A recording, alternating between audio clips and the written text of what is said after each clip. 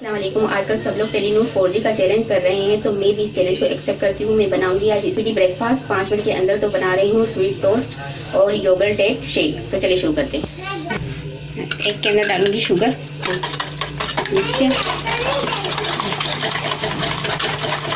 यहाँ डालूंगी ऑयल।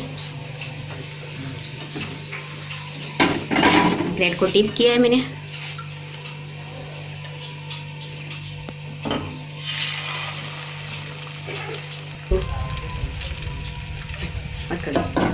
मैं शेक तैयार कर रही हूँ।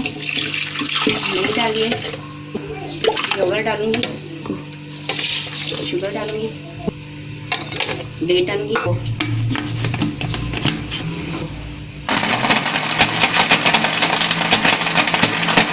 यहाँ पर मैं टोस्ट को टर्न कर दूंगी।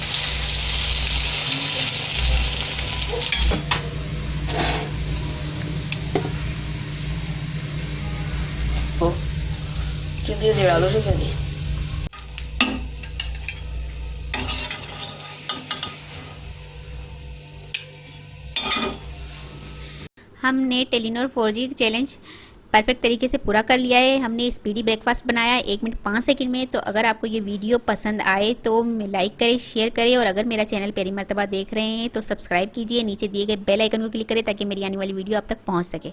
अल्लाह हाफिज़।